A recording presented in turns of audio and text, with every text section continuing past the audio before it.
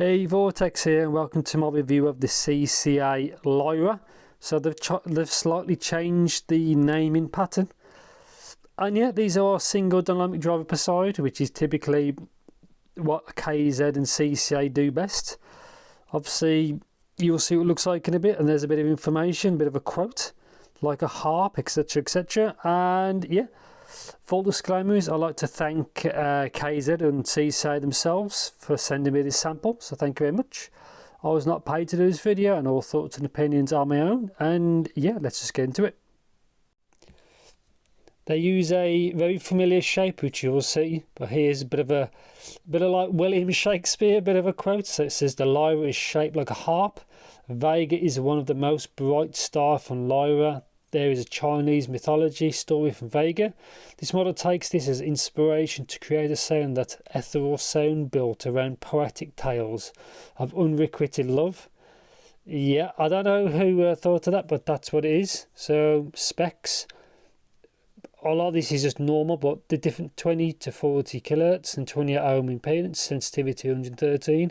I found these very easy to power, like most single DD KZ and CCA models.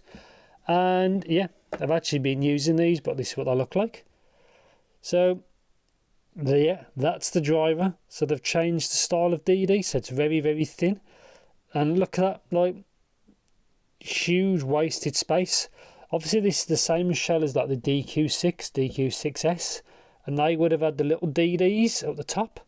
Obviously they've used the same shell. It just seems kind of odd really, because it's just so much space. Constellations series, so that means the next models may have obviously similar kind of, you know, sound. Yeah, they've got the usual in here, so a bit of paperwork, you use a guide there, which is basically common sense. In here are small and large tips, because it comes in mediums obviously fitted, as you can see. So, and obviously in here is the normal kind of generic cable, which is fine. Really nothing to shout about, but it does the job. As you can see here, obviously I do like that it's right angled, obviously no mic, which is what I prefer. And yeah, as you saw, I've already been using these, I've already graphed them, already done all my impressions and all that kind of good stuff. So yeah, I'll see you in the next clip. So welcome to my review section of the CCA Lyra. Like I said in the intro, this is what they look like. The one with the blue there looks cool, but you can see I do like the finish. The shell just seems kind of odd because it's just so large for having once, you know, such a thin DD. That does actually perform quite well. It's got the thin nozzle, as you can see. It's got the fin. So yeah, let's just get into comfort. So the last release before this was is a single DD, it was the ESX. That uses a more conventional shell, which I think is better. Now this one, many people have an issue with this part. It goes into the concha of your ear. Now I have less of an issue with that. It just helps it keep it secure, but sometimes that's just in people's way. So this kind of styling is probably not the best.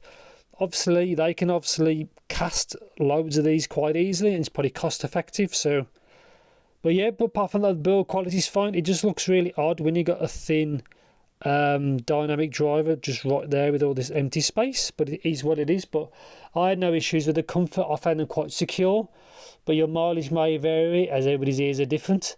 But I don't think it was the right move going towards this kind of shell, but it is what it is. So let's talk about the tonality and the timbre. It sounds slightly artificial.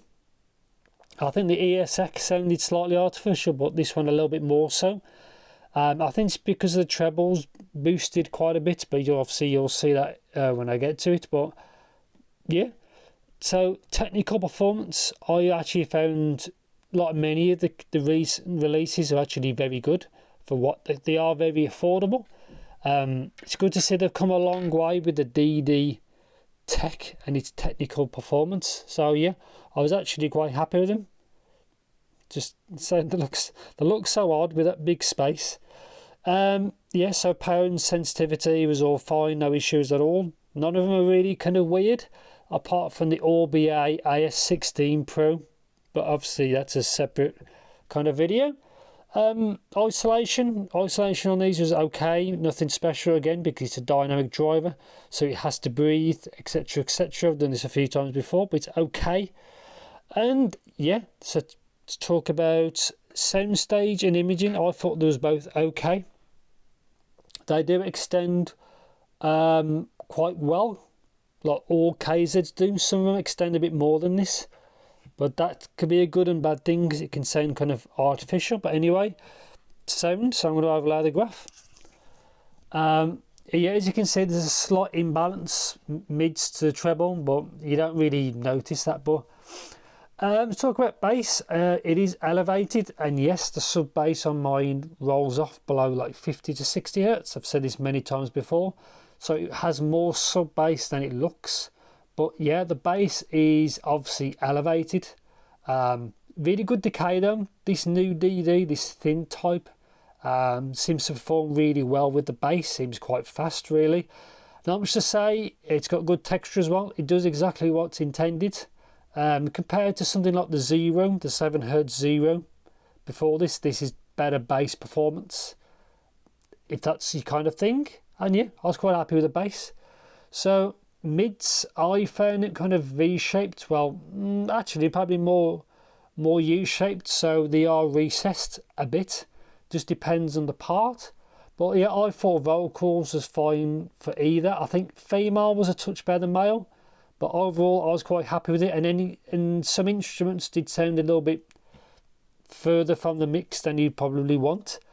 But again, these are on the affordable side, so I'm not too fussy about that. I'd moaning if this was an expensive set, but they're not. So yeah, the mids are okay. They are a bit forward at the top. I prefer it a little bit smoother, but that's my preference. And yeah, treble, so elevated. It's actually elevated more than the ESX, which I didn't think needed any more treble. Now I prefer the treble of the ESX over this. Apart from other couple of things, like I think they fit people better than this, but that's obviously a different kind of thing. But overall, treble is clear, detailed, especially the lower treble part. You can see it's elevated. I prefer it to be a bit smoother. I'm happy with the extension and the actual instrument separation and everything. I was quite happy with how it performs. It's just I prefer it personally a bit smoother. But they are, again, all KZs and CCAs, the single dynamic drivers, the last probably 4, ever since the CR8, they all do perform very well. But it has kind of it sounds slightly unnatural, like I said earlier in this section, which is a bit of a shame. But these are, on the whole, they are a good set, and it probably really will sell well because they're very cost effective, and it's a tuning that I think a lot of people like, because people like detail and people like bass. But yeah, overall it's okay. So yeah, I don't want this video to go on too long because you can get long-winded. But my conclusion of the CCA Lyra, probably the first to come with that kind of name, is, do I recommend these? Yes, they are like the ESX. I do prefer them a little bit more than this, but that's my preference. These are not that bad. They're just tuned less than I prefer the smoother tuning. They have a little bit more bass, if that matters. But yeah, these are, again, like a normal kind of decent enough single DD set. They are very affordable. I think the shell is a bit of a waste, really, considering what's in there. They could have done a bit more, but that's my opinion. But yeah, they are a good set. Easy to power. I can see the kind of sound signature is normal KZ CCA, like the ESX, and I think a lot of people will like these. A friend of mine has tried these as well, and he actually said to me it was the best earphones he's ever tried, which is quite a compliment considering I told him the price and he was quite shocked. But yeah, they're not a bad set overall. They're not perfect. I prefer is a bit more balanced. I prefer a little bit less treble. And there's a little bit of sibilance as well, but depends on the quality of music and the recording, and obviously everybody's ear canal resonance is different. But yeah, on the whole, they've got good performance. I'm happy with the bass. It's a bit U-shaped for me. I'd prefer a bit more balanced than that, a bit more, no, more neutral is probably be, I think might have been a better listen, but it is what it is. And yeah, not a bad set. So if you know anything like in particular, just let me know in the comments. Yeah, thanks for watching. Take care.